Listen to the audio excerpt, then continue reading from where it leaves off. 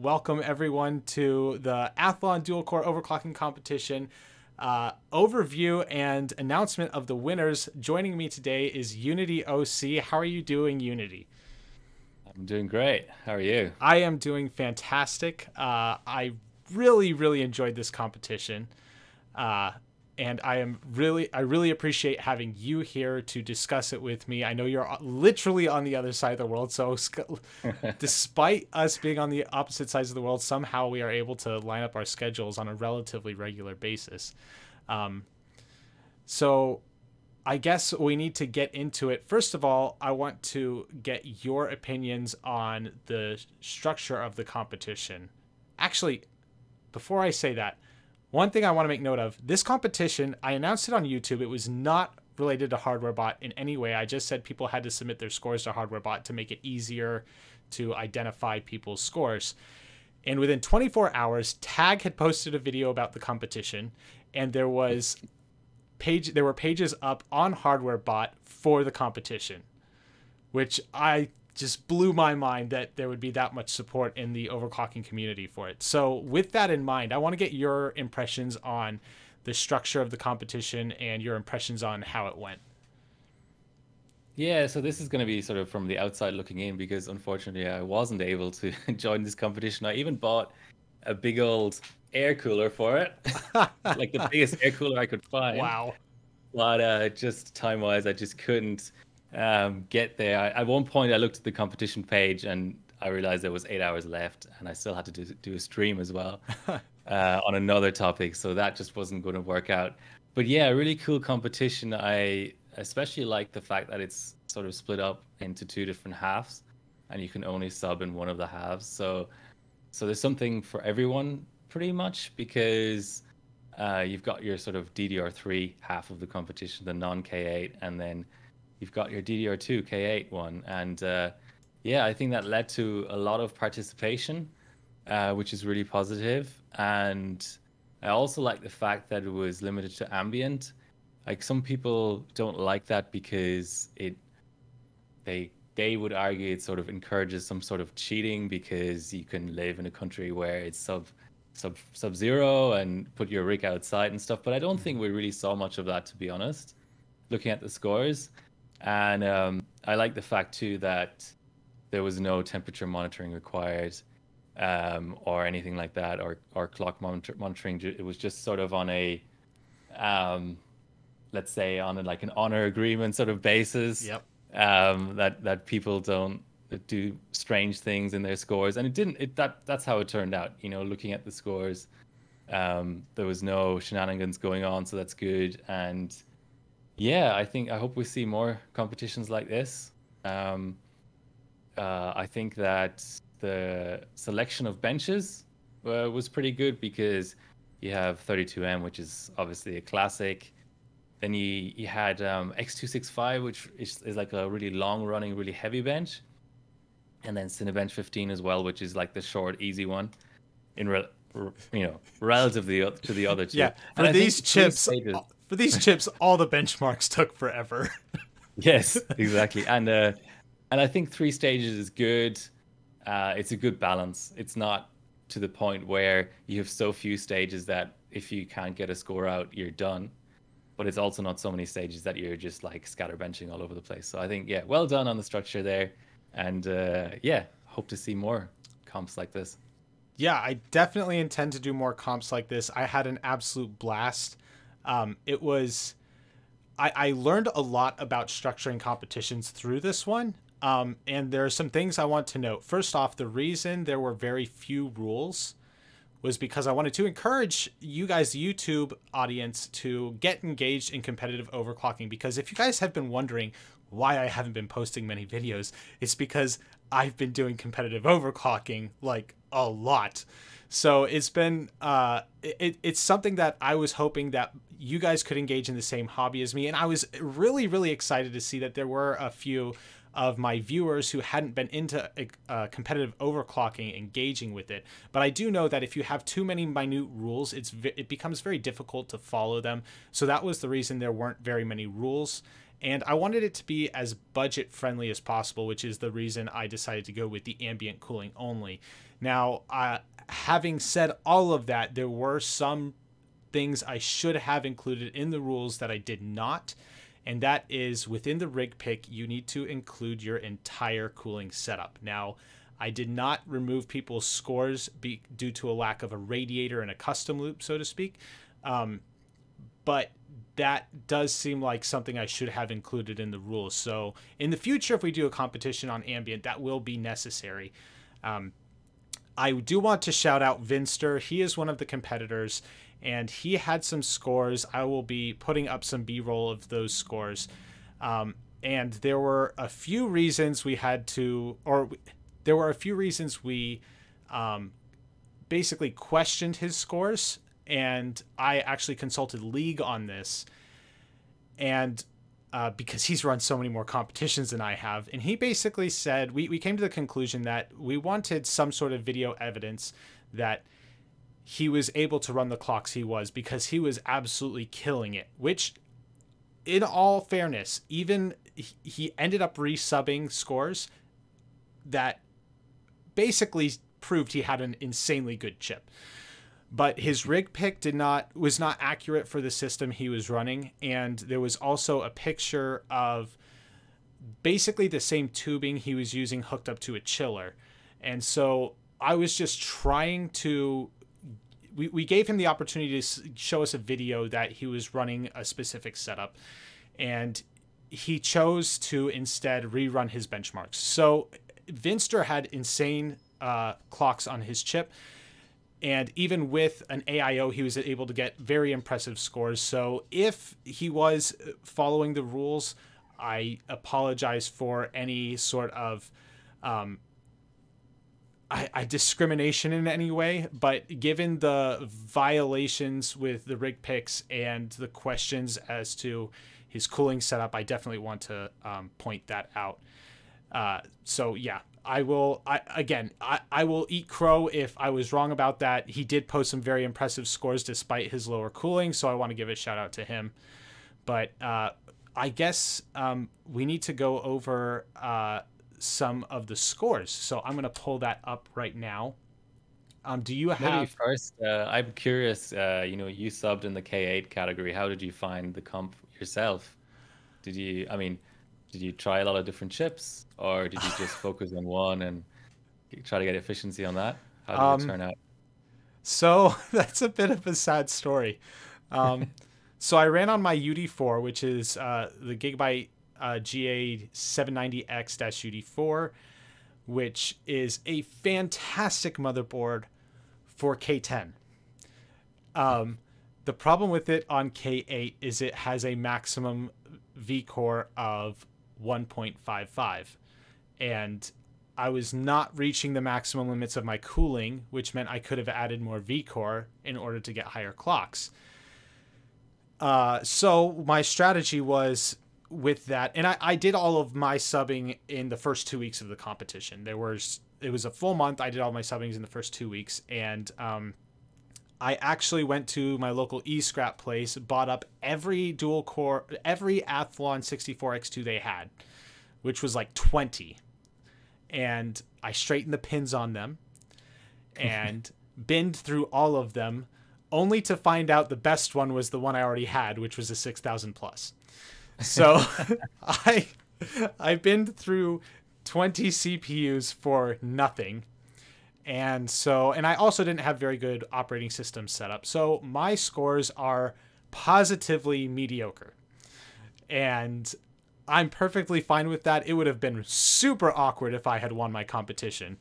My goal was to get 160 points in Cinebench R15, and I just could not do it. I did have a 157, but I forgot to save the score, and I was not able to duplicate that. So K10 or K8 is very strange in that it doesn't show you, it doesn't have a north bridge, I guess. I don't know. You tell me, do you know if it has a north bridge?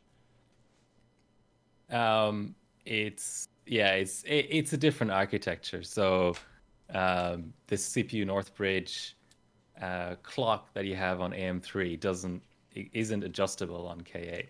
I think it just runs like synchronous with FSB or something. But it's not really comparable, right? It's like what would be the Intel equivalent? I think Sandy Bridge doesn't have. I'm trying to think. Anyway, yeah, it's not adjustable. Whatever is there isn't adjustable, and it doesn't impact performance. So why do we care? Okay, fair enough. That was something I was just so confused about because I have never messed with K8 this way. Another thing I found really, really interesting, which I have not seen on chips before because I'm not used to running dual-core Athlons with extremely low amounts of cache, but I was under the impression your memory would not make a big impact on your scores for Cinebench. But due to the lack of cache, I believe that memory had an absolutely, actually in my experience, it had an absolutely massive impact on your performance in Cinebench, gaining you up to 10 points just for dialing in your memory a little bit. So I don't know if you've experienced something like that. A few different factors going on there. First of all, there's like the low score effect, right? Where every change in score is much greater, really, because you're already on such a low score. And then the other thing is, yeah, the slower the memory subsystem, the more difference it makes, even in Cinebench. Like people hold up Cinebench as this famous, bench where memory doesn't matter, but that's really only the case for DDR4 and 5. And you can still, if you really wanted to, like if you were clock limiting to like 2 gigahertz or something, you could still prove that memory makes a difference. But on the older subsystems, it makes more and more of a difference. And in fact, even AM3 Plus, when I was trying to get the gold on an FX 8350, I found that Northbridge in memory made a bigger difference than clock, believe it or not. Wow. But it's never a straight line, right? It's never like, yes, memory will make up 10% of your score. No, on AM3 Plus, it happens to be like an incline like this, where the closer you get to 8 gigahertz on the clock, basically, the more of a difference the memory will make, because you're shifting the bottleneck, right? Like at ambient, it might be like 50-50, and then like on LN2, it might be like 30-70. Yeah. So yeah, DDR3 for sure, and DDR2 even more. You need good memory. Yeah, that was an absolute surprise to me. Another thing I should have done is I should have done X265 first, because I did Cinebench, then SuperPi, then I did X265, and the amount I had to lower my clocks to get through X265 was absolutely devastating, because I had to drop like 200 megahertz from my my SuperPi scores to my X265 scores, and I was just like, how is my chip this bad? So I think what ultimately my problem was, I had a really good first core on my chip, and the second core was garbage. And that second core in Cinebench and X265 held me back. But I did get a decent score in SuperPi, considering I did not have an optimized operating system for it. So with that in mind, I'm going to go to the actual scores that we have here, if I can. And, oh, it's showing us above that. All right. So I'm going to go to our actual scores for the competition here. And so we're going to start with K8. Because that's where I participated, and that is just, it's just where we're starting. So I'm going to open up Cinebench, and I do want to state that the way this competition was structured and the way people perceive it in HardwareBot are two different things. So each category, each benchmark in each category has a winner, which means there is up to 6 winners in total. HardwareBot structures it that there is a single winner per category. And that is not my decision. That's just how HardwareBot structures it. But if you are worried about where your ranking is according to HardwareBot in the competition, it's more or less irrelevant to how the actual winners will be declared for YouTube. So just getting that out there, if you guys want to use that as a reference for yourselves, that's fine, but it's not how we're going to be declaring winners for the competition. So starting with Cinebench, I don't know if you have the page up or not. Yep, I have it up. But K8 Cinebench R15. Oh, I'm on the non-K8. Hold on, I need to get on the K8 part. Cinebench R15. So pretty close competition, right? Machine learning first on 166, tags second on 165, and then we have three separate people who all manage 163. So that's a pretty close stage right there. Yeah, and the crazy thing is Tag posted this score in like the first 24 hours of the competition, and then everyone else came in at the end with their sandbags, and were able to get some incredible scores. Zust, I think that's XUST. I don't know if that's how you pronounce his name. We're going to get to him. He had another sub that actually had to get pulled in one of the other categories that was a winning score. But yeah, he pulled out some good numbers. Machine learning, I want to pull up his score since he won. It's only fair. And if people watching don't know, there's a ton of information you can gather just from a single hardware bot submission. Like, you can see how their efficiency is because of their clocks versus their score, that how much their memory affects things. So he was only running at 3.527 for Cinebench on his 6000 plus, which I think is actually slower than what I was running at. So that just shows that he either had his operating system dialed in, or he had his his memory frequency is actually insane. Do you see that? Yeah, that's pretty impressive. And also, it's interesting to note that the top frequency in the comp didn't even make the top 5. So Razer, as said, had the highest frequency, but obviously there was something lacking on memory side, I guess, and efficiency side. Yeah. So yeah, like you said, it's memory is important in this bench on DDR2. Yeah, so this frequency of 587.9, for those of you who don't know that are watching on YouTube, that actually means it's running at, what would that be? 1170 plus megahertz, and that's on DDR2, which for these, that's not an insane clock for DDR2 in general, but on this platform, that's absolutely ridiculous and very, very impressive. You mentioned Razors, so I actually want to go back to his score. He is one of my most loyal YouTube followers. He's been with the channel for a really long time. And this is his first time competing in overclocking. So I know he absolutely throws caution to the wind when it comes to voltage. And it's actually a testament to the resiliency of these chips, because he was telling me how he was pushing like 1.75 to 1.8 volts into these things on ambient air cooling, which is, like I said, an absolute testament to the resilience of these CPUs, because under normal circumstances, I would think that would absolutely degrade or kill a chip. Well, what I see straight away on Razer's sub, which is really impressive to me, props to him. He's running an original crosshair, and that's a baller move right there. That's it's not the best board to be using, but probably the only thing he had on hand.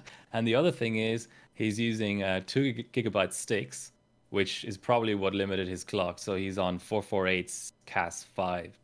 So given the limitations, I think that's a great sub, because he was able to get the clocks up regardless of non-optimal RAM and board. It was very cool to see him sub for his first comp and actually do a respectable job. He beat me, which I'm not saying is a particularly huge accomplishment, but he did beat me. So, yeah, I mean, only 6 points behind the winner. That's really good. Yeah.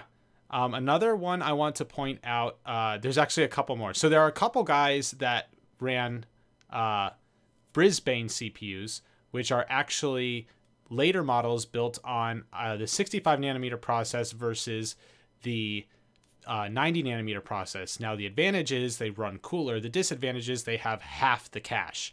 And so I actually have a list here who ran Brisbane. So that would be Life in the Shadows ran a 5200 plus Brisbane chip. And Mini Z 1994 ran a Brisbane as well. And Caveman the One. All three of those guys ran Brisbane chips. So kudos to them for literally like cutting themselves off at the knees and still submitting to the competition. And then I absolutely have to point out Shaggy, who ran 939, and he's the only guy who did. And That is just so cool, in my opinion, that he bothered to run 939. And honestly, he got good clocks on air cooling. 3 gigahertz on 939, if I'm not mistaken, is actually pretty good. Yeah, almost 3.1 actually, which is quite impressive. A pretty random skew as well, 4,600 plus Toledo. Not really the optimal chip either, but yeah, he got there in the end. Yeah, and the other funny thing about Brisbane is that it doesn't clock as well. And I would say one of the few times in the history of AMD where AMD went to a new process, a smaller process node, and the clocks went down. So, yeah, at least 3 different reasons not to run Brisbane. But people did it anyway and got respectable scores out, so that's good. Yep, I was very, very happy with people's subs in this competition. So that, oh, another one I wanted to mention. There's a couple more. FZR, who got dead last, and it's an absolute meme sub because he just ran a server that had a dual core Athlon in it. And that's kind of what I was hoping somebody would do. He just, it's absolutely hysterical. And he actually, the other thing he did was he made everyone else feel a little bit better about themselves if they got really bad scores, because it actually bumped everyone else up one more notch. So I have to appreciate that. And last but not least, Caveman the One ran with a CRT monitor, which I think is baller. Yeah, I thought original Crosshair was baller, but that's even more baller. So yeah, I want to thank everyone who participated in this section of the competition. Congratulations to Machine Learning for your victory in Cinebench, and we'll move on to SuperPi 32M. And again, Machine Learning at top. This goes to show like efficiency is king. And he must have been running. Well, this is another example of something. Well, is this Windows XP? So down at the bottom of the tab, oh yeah, version 2.00 x32. Yep. So I mean, it could be Windows 2000, but I doubt it. I think that's XP. Okay, so this is something I want to point out to everyone on YouTube, is that you can run more than one operating system, and there are certain benchmarks that benefit from running older operating systems. So SuperPi 32M does not benefit from having a 64-bit operating system, is a single core benchmark, and XP is kind of the go-to operating system for this benchmark. So that's actually what I did. For 32M, I ran XP. For the other two benchmarks, I ran Windows 7, and that seems to be more or less the theme here. So that's just to explain to you guys why you'll see different operating systems used. So yeah, he got a really great score. He's running the same clocks roughly that he was for his previous benchmark, and I'm wondering if he didn't bother trying to get a little bit faster for 32M, because I would think you'd be able to get a little bit faster, although his memory frequency is higher. He's on the UD4P, by the way, so maybe a little bit hampered on the board. I don't know. I haven't run too much K8 on that board to tell either way. But maybe what I wanted to ask as well is, did you bother with changing your memory timings in OS? Because that can sometimes help. I did not do it in OS. And one mistake I think I did make was I was trying to run 1T command rate. And I think that probably killed some of my opportunities on memory, because a lot of people here I'm seeing are getting better scores with 2T command rate. Why, I don't know, but that seems to be the trend in these submissions. 1T on DDR2 is kind of iffy. I haven't really bothered with it because usually all scores are 2T. You certainly would, I would imagine it would limit your top frequency you can get. And in terms of actual like being faster, I'm not sure it's all that much faster, to be honest. It's just got something, I don't know the details of it, but it's got something to do with how DDR2, the architecture works. On 3, 4, and 5, yes, 1T helps, but DDR2, not only does it hamper you a lot with timings and frequency, I also don't think it helps. The other thing is I'm not even sure if it's real, to be honest. Like a lot of the time when you set a certain timing on a board, it will report that timing to be that thing that you set it, but it might in real terms not be that timing. So things like, I'm talking about like T4 on DDR3. Some boards you can set below 16 or whatever, but it can never go below 16. That kind of thing. So maybe it's a similar thing going on with DDR2.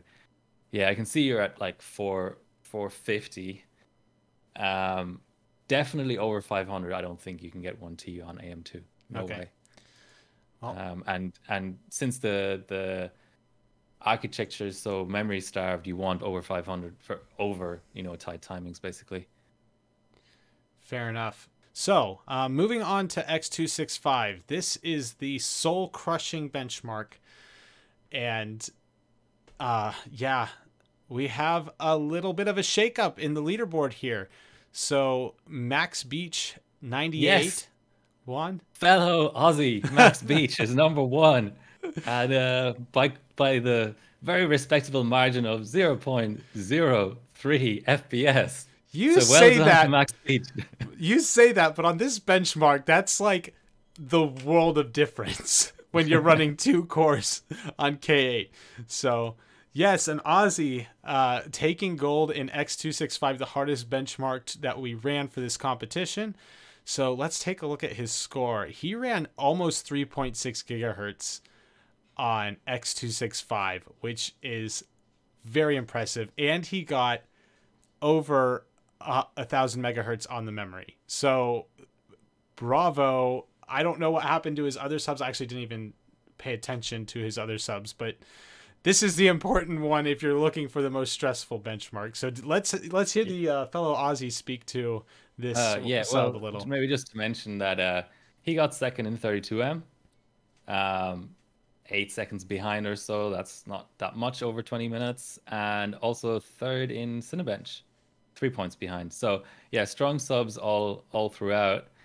But yeah, Max Beach, he's not been that active in recent years, but he's sort of like mostly a legacy bencher, so DDR3 and earlier. I haven't seen much newer stuff from him than that, but I'm not sure if it's still the case, but at one point he actually held several AGP world records.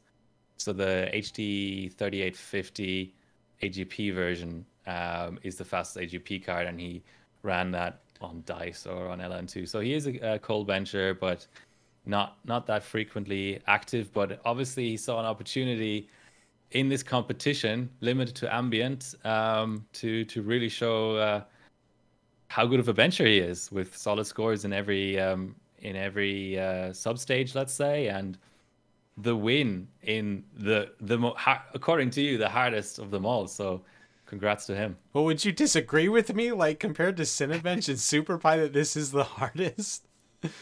Yeah, it's also got a lot of variance. SuperPi, at least by loop 3, if your score isn't good, you'll know it and you can abort and you can adjust something. Cinebench, maybe you can't see anything. You might be running off screen or real time, so you don't see the progress. But at least it's a somewhat slower faster bench, faster to finish. But X265, I don't know how you did it, but I'd imagine all the top scores were with the video window actually off screen, because that hurts performance quite a bit. So you're talking a 12-minute bench with absolutely no feedback on whether it's going to be fast or not. Or whether or not you've crashed. Pretty tough. Yeah, exactly. That too. All right, so that's the end of K8, right? So 2 wins for machine learning and 1 for Max Beach. Yep. Well done. Congratulations, gentlemen. You guys did fantastic. And next we're going to be moving on to the non-K8 section. So the reason this is called non-K8 and hardware bot is because it's kind of hard to define all the CPU platforms you can run with DDR3. And we also didn't want people cheesing the K8 category, so to speak, with Athlon 2s, because those can run on DDR3 and DDR2. So this was how League defined it, and it turned out to be a pretty good definition. But this would include any CPUs on the AM3 platform and the FM1, FM2, and FM2 Plus platforms. And this is actually a really interesting... I have to go straight into this, because we have... who I would say I'm considering the winner of the overall competition. It is John Hexan, I believe is how you say it. And he came in the last days and was the only person to sub on FM2 Plus and absolutely crushed the competition in the two categories he subbed in. So to show you guys here, 4.763 frames per second in X265 versus Alabello, who, by the way, is an absolutely insanely experienced and weathered overclocker on AM3. He dang near doubled Alabello's score. So, I mean, that is just an unbelievable difference. Now, I want to let Unity explain why there was such a big difference. I don't know. No, I'm kidding. So X265 is the video encoding benchmark, and the score that you will produce in this benchmark is highly dependent on what instruction sets your CPU supports, because the benchmark itself will auto detect the instruction sets and we'll use those to actually carry out the encoding on the CPU. And the benchmark window will actually tell you what it's using. And if I'm just looking at Alabello, in the use CPU capabilities section, it'll tell you MMX2, SSE2, whatever LZCNT is. I don't think that's very relevant, but basically the let's say most MMX2 is a really old instruction set. SSE2 is a slightly newer one. So basically the top capability of this CPU that Ale ran is SSE2. Whereas if I look at John Hexane, you've got the same instruction sets plus SSE3, 4.2, and BMI1. And then you can tell from that, right? Because you've basically got parts of your CPU dedicated to SSE, like dedicated like registers and whatever else, you know, coprocessors, whatever is in there, I don't know, that will accelerate SSE4 and SSE3. And that then causes the encoding to be way faster than obviously SSE2, right? Mm-hmm. 3 and 4 are obviously better than 2. So that's the difference here. There might be some other slight things like, maybe it's got a better IMC. Clocks are pretty similar. It's all about the instruction sets. Yep. And just to iterate on why I think people were shying away from these chips. Well, first of all, they're extremely rare. Like, it's very difficult to get your hands on an X2 450. Now, you could have run an X2 370K, which I think would have had some newer instruction sets than AM3 as well. And that's an FM2 based CPU. The X2 450 is an FM2 Plus. So it is a newer platform, has the latest instruction sets for a DDR3 platform for AMD, even later than AM3 Plus. But the disadvantage is it's a module design versus the 2 true cores on AM3. You are actually running a single module that has essentially 2 partial cores. And if you understand the Bulldozer architecture, it's basically the same thing. It's 2 cores that share a floating point unit. If I'm misrepresenting that, please correct me. But what that does is it essentially theoretically hampers your performance relative to an AM3 CPU that has 2 true cores. And the only advantages perceivably it has is higher clock speeds and a better IMC. But in certain benchmarks, that might not make up for the fact that you're missing the 2 true cores. Yeah, and I'd imagine, just at a guess, the benchmark that might have been affected the most by that is something like Cinebench. And he didn't run it. He didn't run it, so he maybe got really bad scores and decided not to run it. But just to mention, I think there's even more. So this X2 450 or whatever this guy ran, I've been looking at AMD chips for many years now, and I didn't even know this thing existed. So that's pretty unicorn. That's pretty obscure. But I believe there would have been even an out sandbag of that sandbag, which would have been the Carrizo architecture. I think there's a dual core in that, but again, really, really rare, really expensive. But Carrizo was so there was Kaveri, Godavari, which were pretty much the same IPC and the same instruction sets, but then Carrizo had even better IPC. But nobody went for that, and even only one person went for the FM2 Plus route. So yeah, and probably what made people sort of shy away from it is they knew that it would be sort of almost like a one-trick pony, because it helped in X265, but then it hurt in Cinebench, and it only just edged out the other architecture in 32M as well. So it's sort of like a risky move. So that's X265. I don't know if we need to talk more about that. It basically just it got stomped. Architecture ran away with it. Yeah, it got stomped. What about Cinebench? Cinebench, let's run on to that. Let me pull that up really quick. All right, so we have Alabello. Is it Alabello? Alabello? I can't. I think. Aloe? Okay. Anyway, he took the gold. Now, this is something this is something I mentioned before, but I want to go over. I'm going to go over his submission. Actually, I need to go over several submissions in this category specifically, because this is related to cooling. First of all, he ran a 240, which I think has a stock clock of 2.9 or 3 gigahertz. I'm not sure. But anyway, it's not the highest bin chip, unless you're Alabello, who I guarantee you has binned tons of dual core Athlons, and he just happens to have a golden 240. Most people were going for a B28 or 280, because those have the highest multipliers, which means you don't have to rely so much on BCLK overclocking. But Alabello, he's the king when it comes to BCLK overclocking, so he knows what he's doing, and he ran a 240 and got an absolutely impressive 235 on his Cinebench run. And he was clearly running hypers, because he's got over 1900 megahertz, which means that has a really good IMC as well at really tight timings. So, and he's running his legendary UD7 gigabyte motherboard. So very, very impressive score. This is where I tell two sad sob stories from my end, which is I bought a 280, but it didn't arrive in time from China. Oh. That's another reason I didn't compete in this competition. And also, I have two UD7s, and they're both dead. So yeah, Ale, I would imagine, he has several goals on the 240.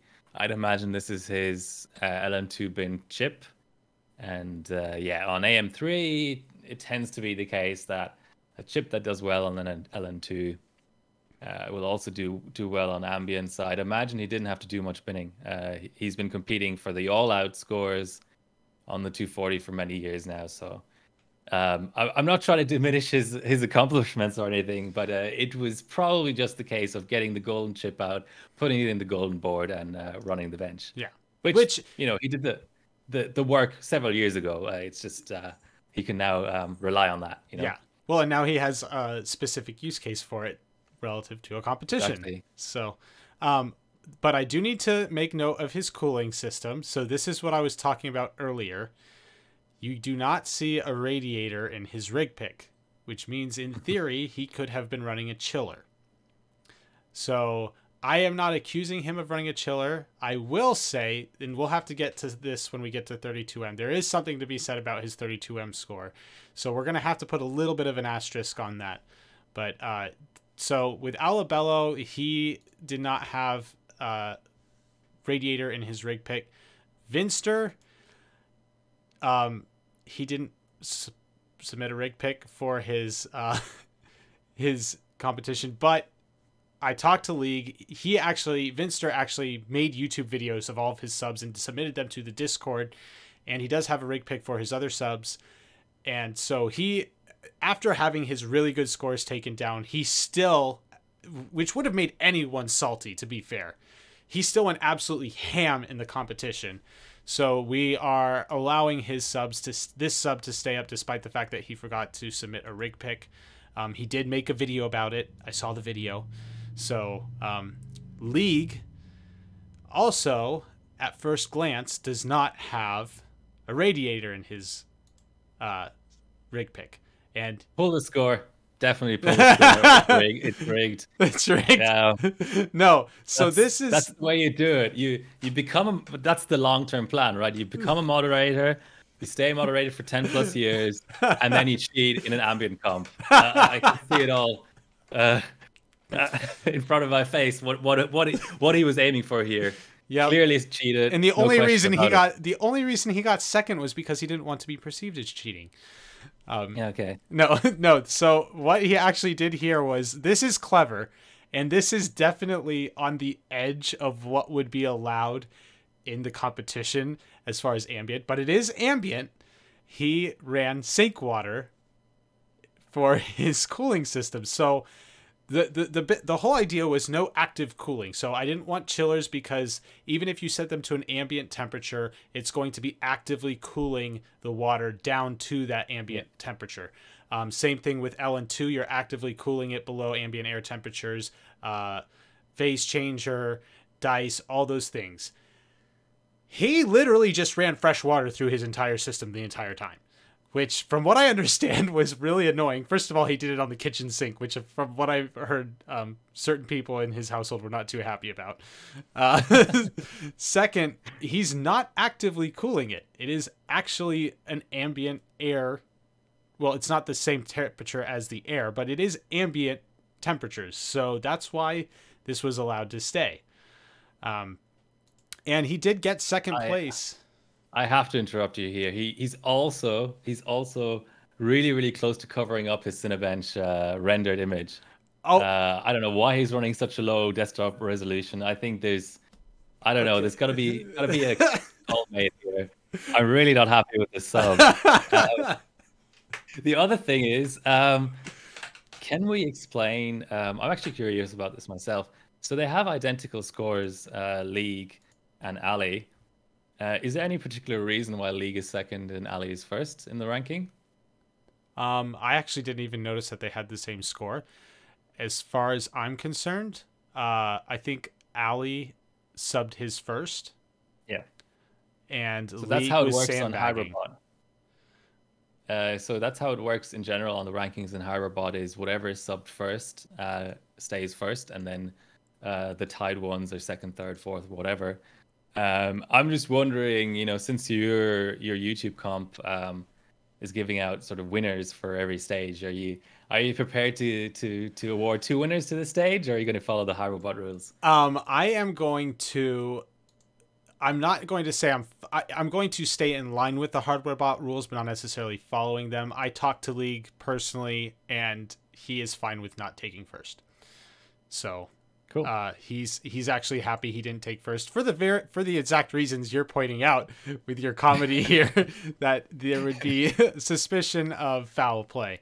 But I will address the situation with the Cinebench subs and the Windows. So for people that are just on YouTube and aren't familiar with HardwareBot, now he is technically following the rules here. Actually, no, he's not. You can't see the X on his Cinebench window. So the right side of his Cinebench render is not seen. So You're actually right. Technically, that's against the rules. So I want to be as little hawkish as I can about the rules. And there are people that came from YouTube, and this is their first time competing, and some people were running monitors that do not have the resolution to support fitting the entire R15 render screen in with their CPU Z tabs.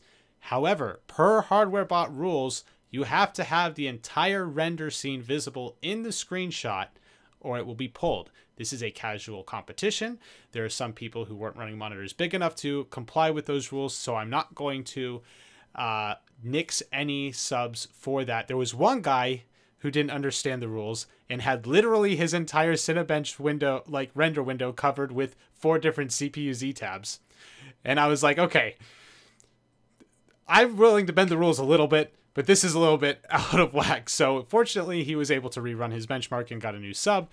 But that was, So for future reference in competitions, especially if you want to compete in official HardwareBot competitions, make sure you have a monitor big enough or has a high enough resolution that you can fit the entire render screen in with all of your necessary CPU Z tabs.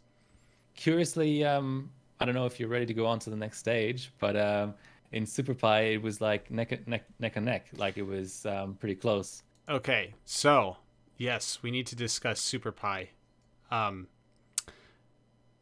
Oh, Alabello did not win. I've not No. looked at these. Okay, yeah. So John Hexan also took the SuperPie record for the comp, and like you said, it was by what, 2 seconds, less than 2 seconds, or no, it was a little more than 2 seconds, but still, like, no, less than 2 seconds. I'm sorry, I can't count. About 1.7 or so. Yeah, really, really close. But you have to account for that he was on air cooling, like a tower cooler, and League was on replacement water cooling. So I'm not sure. That's the other thing I'm not sure about John, is if he was limited by cooling at all, or if he was limited by BCLK, because I know that some crossblades will do more than 150 BCLK. I've gotten that on mine, but he's at 134, so maybe he was at a BCLK limit, or maybe he was running into problems elsewhere. It's also memory straps, right? Like you may be able to do 150, but if all you've got is Samsung, you might end up running such low memory frequency that it's not worth it. In a long bench like this, 14 minutes, you really have to be careful about what you run. And I'd imagine, I mean, it's a locked low-end chip. 4.7 sounds reasonable. I'd imagine he maxed his core clock first, and then ran whatever BCLK is necessary for that, because it's locked at 35x. And then you end up with roughly 2200 RAM, which isn't amazing, but he was able to tighten it down to 91010. And on locked chips, that's sort of what you have to do, is find something somewhat reasonable.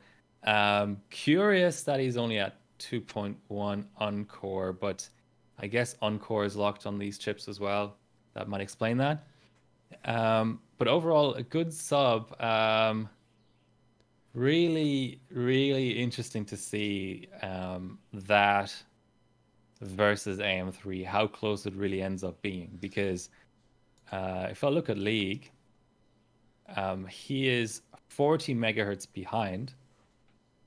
And he's obviously on a different memory architecture. He's on higher Encore. Basically, everything else is different, yet the score is virtually identical. So I've never looked at these two architectures in detail for 32M at such a low clock. I mean, certainly on LN2 you end up falling behind on FM2, because you get. Do you fall behind? Sorry, no, you don't. You actually win because you get 7.6, 7.7, whereas AM3 is, limited to maybe 6.8, 6.9. But with the same clocks, it's so damn close, and it's sort of surprising. I wouldn't have expected this. If you would have asked me, limited to 4.7 on AM3 and FM2, who wins? I would have imagined FM2 would be further ahead, but there we go. Learned something new today. I find this really interesting, and that's why I love 32M, is because I was looking at the loops, and it's only on loop 13, 7 minutes and 37.9 on the AM3 side, and 7 minutes and 969 and 984.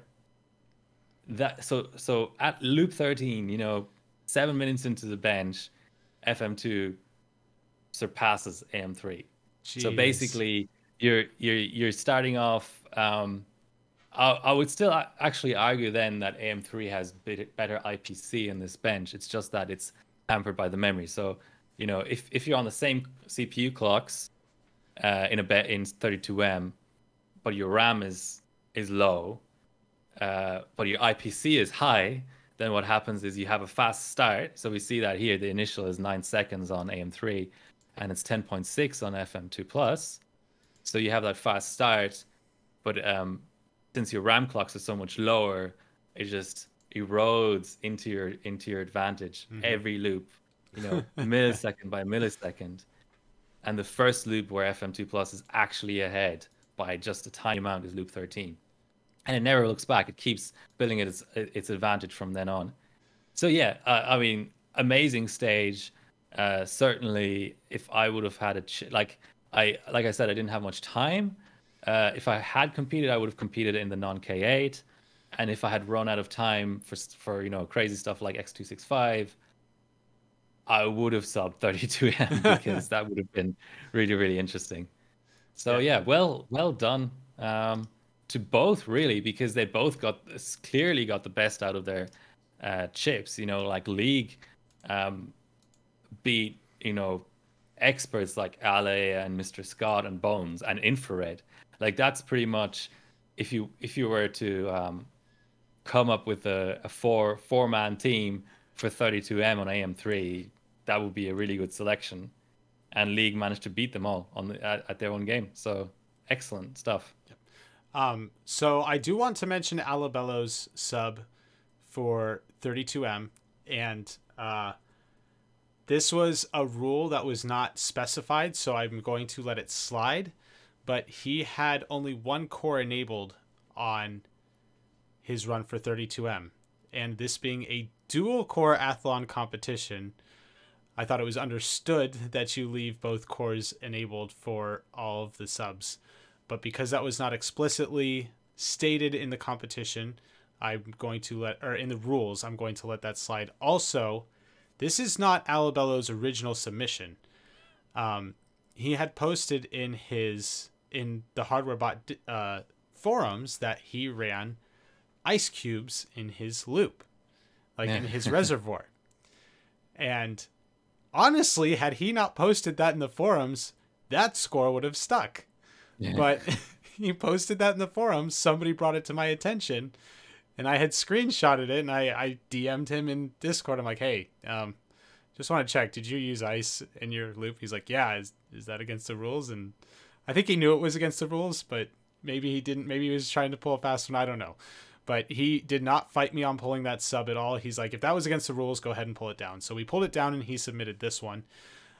So yeah, that was an interesting little scenario to deal with. But yeah, he's still got a really, really good sub.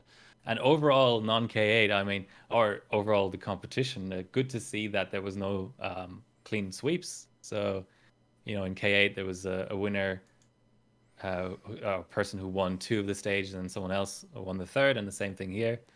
So yeah, good to see that. So basically, 4 winners, or if you want to count League with an asterisk with that tie, 5 winners in 6 stages is pretty good going, actually. Yeah, good sort of variety there. Yeah, I absolutely enjoyed it. So I'm gonna pull up our competition for the K8 only, and we obviously had John win for if you're gonna go overall, because that seems to be what people care about. John won for the non K8, and we had who was it that won? Machine Learning win for the K8 categories. But like I said, we did have alternates in each of those categories. So it was that, and that was kind of the point. I don't want one person to just sweep the whole thing. That's why we divided the categories. That's why there was divided benchmarks. So I'm really glad everyone participated, and I definitely am interested in doing another competition in the future. Well, I greatly appreciate you coming on with us. By the way, everyone watching, I do have a podcast. It is the Extreme Overclocking Podcast, or the XOC Podcast. So if you go into Spotify right now, search XOC Podcast, it should pop up. And we are hoping to bring that to other platforms as well. And Unity has been featured on that podcast several times now, and I think he's interested in being a more or less reoccurring guest on there, aren't you? Yeah, absolutely. I actually wanted to pitch an idea to you. Go for it. What's the idea? In the next episode.